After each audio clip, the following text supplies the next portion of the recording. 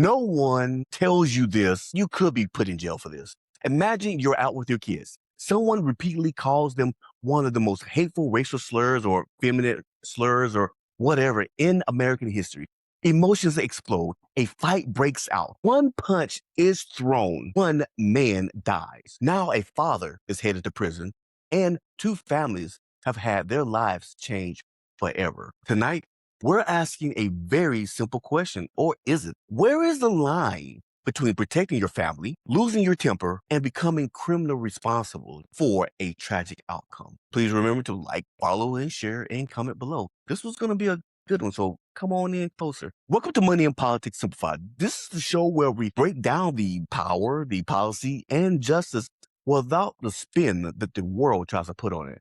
My name is Esco Loudon. Tonight, we're discussing a tragic, very tragic New Jersey case involving a father who accepted a plea deal after fatally punching a man who allegedly repeatedly called and used the N-word towards his kids. The judge stated that instead of resorting to violence, he should have called the police. But let's be honest, what would they have really done? This case raises difficult questions about racism, self-control, parenting, accountability, and the limits on self-defense. Nowadays, people believe that you can say anything to anyone because of freedom of speech, but it is not free when you have to pay with your jaw or your rear end. We're going to give you this case, and then as always, hey, we're going to simplify it. According to court records, a New Jersey father became involved in a confrontation after another man, apparently this happened multiple times in multiple locations, allegedly directed repeatedly racial slurs, including the N-word,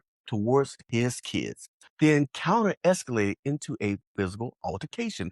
The father allegedly punched the man. The victim later died from his injuries. Rather than proceed to trial, the father accepted a plea agreement. The judge acknowledged the offensive language and he understands how it made him feel, but he also wanted to emphasize that violence was not a lawful response and stated that the father should have just contacted the law enforcement instead. The guy was just mouthing off. You didn't have to punch him and kill him. That's basically what he was saying. Most Americans that understand these words, they understand that they can deeply wound or stir up trauma. The N-word carries a long history tied to segregation, racial violence, discrimination, and social economic pay. For many families, hearing that word directed at their children is profoundly painful and emotionally charged, rightfully so. However, under U.S. law, offensive, hateful speech alone does not justify physical force, except in very limited circumstances where there is a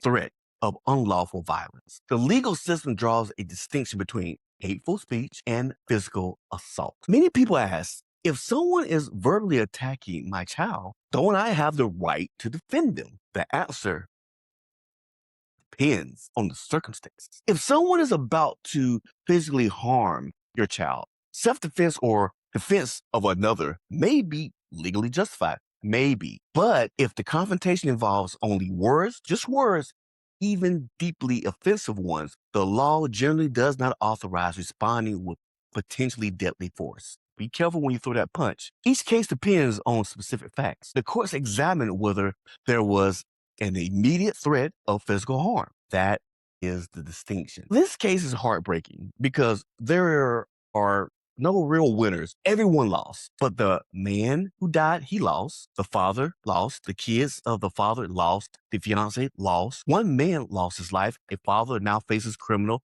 consequences.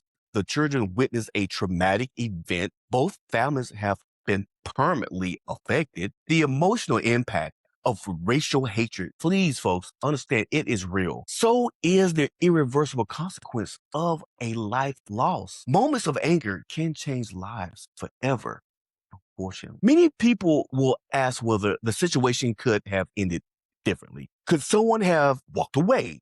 Maybe that was the result of what could happen. Could bystanders have intervened?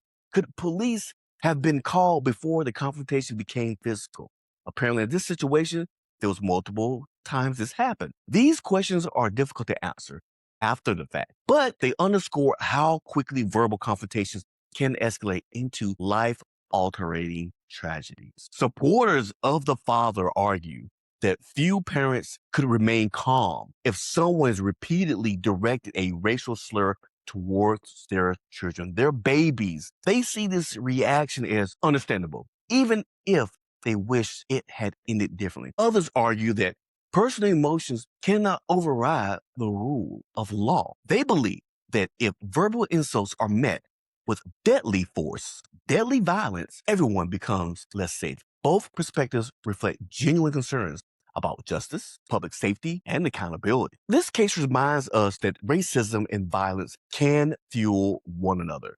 Hateful words can provoke intense emotional reactions. Can we agree on that? Violence can produce irreversible consequences.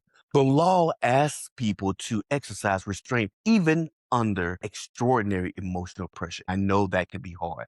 That expectation is very difficult, but it exists because their alternative can lead to tragedy, a loss of a life. The challenge for society is finding ways to confront hatred without creating even more victims. So as always, let's just simplify this case. This case is much more than a single punch. It's about not writing verbal checks that your booty cannot cover. It's about the conclusion or the collision between hate speech, human emotion, parental instinct, and criminal law. The alleged racial slurs may explain why emotions escalated so fast. They do not automatically determine whether you use force that was legally justified. The criminal justice system now reflects on one conclusion through the plea agreement, but the broader question about racism, accountability, and restraint remain part of a larger public conversation. Personally, everyone, I believe every parent has the instinct to protect their children. If you don't, you're not a real parent, I don't believe. If someone directed hateful slurs towards my family, I would understand why emotions will become overwhelming. I mean, it's too much to take. You want to protect your family, you're a man. At the same time, I also believe that one emotional decision can permanently alter multiple lives. No parent wants their children to witness hatred, but no child should ever have to watch a parent lose their freedom because of a moment that spiraled out of control. Racism should be confronted. And let's be honest, we're not going to get rid of it anytime soon, right? But people who engage in hateful conduct should be held accountable under the law where appropriate. But responding with violence carries enormous legal and personal risk, especially when the threat is verbal.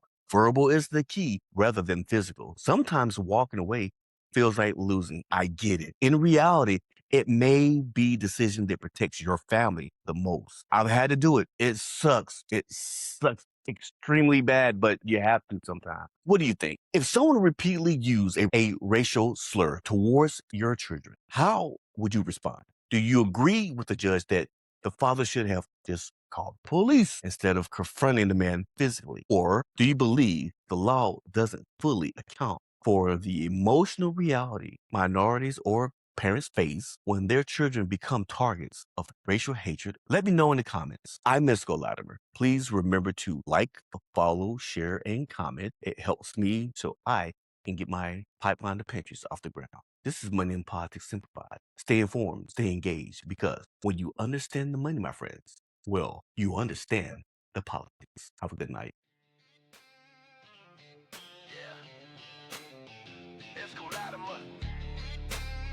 Talking money, talking power.